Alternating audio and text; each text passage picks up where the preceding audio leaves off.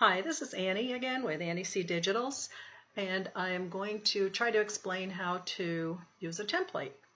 I chose this one because I'm going to change it up a little bit so you can see what you can do, so you don't always have to use it exactly the way it comes. The way you would put a photo in here to start with, let's start with what I already have here. I just go up there, drag this down, fit it over the spot you want it. That's the second one in, so I'm going to go down here and do it like this, and then you can just move it around the way you want it. I know there's more than one way of doing this. This is the way I do it, and I find it the easiest. And then you could fill in the other spots the same way. Once again, you just take the photo, drag it down onto the template, and then put it where you want it. Now, if you want to just fit it over that one, and I know these don't fit well, but I'm just trying to show you here. And then that I would bring down to the fourth one. Now the idea is to drop it right in between the photo and the number 4, but it doesn't usually work. You don't really need these anyway. Let me release this and show you. As long as your photo is over where you want to put it, you just go on there, right click, create clipping mask, and it's in there.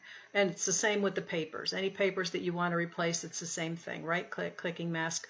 I know there's another way to do it for earlier versions. And some of the earliest versions don't even have that. That's why I put this in here so that you can get it in. However, if you've got a different photo that you want to use in there, like I've got this big one, I'm going to just go ahead and, whoops, I want to leave the second one. All right, I'm going to close these off so you can't even see them. Then you can come over here, and not all my templates are this way, but a lot of them are. Instead of having the border, it's one solid thing so you can change it if you want to. In this case, I'm going to change this one that way. All right, now as long as this is messing up like that on me too, it's not really messing up, but if you go in and do view grid, you can move it shorter distances at a time. And if you still don't get it where you want it, I'm going to put that back so you can see. You can go in and just have your mouse on that photo and then go down to your arrows and move it a little bit with your arrow. Now I'm going to take this big photo, bring it down here, and put it on there. I like that one better. And this I'd probably, I don't know if I might just stick a flower in there or something. Then I'm going to go down here and double click on it. Henny Penny, it was a free font. I think it was from DaFont.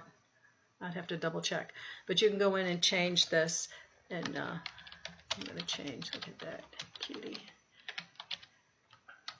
Or cute baby. There we go. We got enough room for that. I'm just going to hit my arrow and move it over just a little bit. Guess I gotta do that first.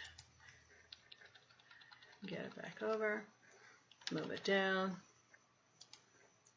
But the point of the whole thing to show you this was how to get the photos in. And like I said, you just make sure it covers. I don't usually grab my shift thing when I do this, because if you start doing it screwed up, you're going to know it and you can just correct it. Put it in there. I thought this was cute. Anyway, I don't want to keep moving my cursor all around and making you dizzy, but the basic thing is to get it right above, right in the layer above where you want it. Make sure it covers that square, and then do a right click and clipping mask. Let's release it if you decide you don't want it, but clipping mask. Now also, if you bring another photo in, just want to show you this, not that you're going to want to do it, but if you bring another photo in,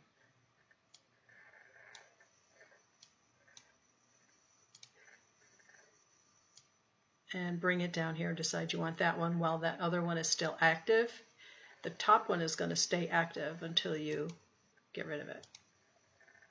Delete it. You can only have one or the other.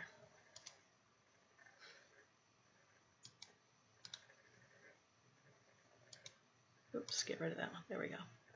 And then this one, of course, I'd have to bring down a little. So you could see her looking at herself.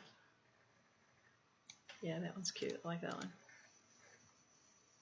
And then, of course, just clean up your mess before you save it as a JPEG. You'd be able to get rid of all these. But it's that easy. You don't always have to use the template exactly as it is. Make it fit the pictures that you want. And I hope this helps you. Till next time.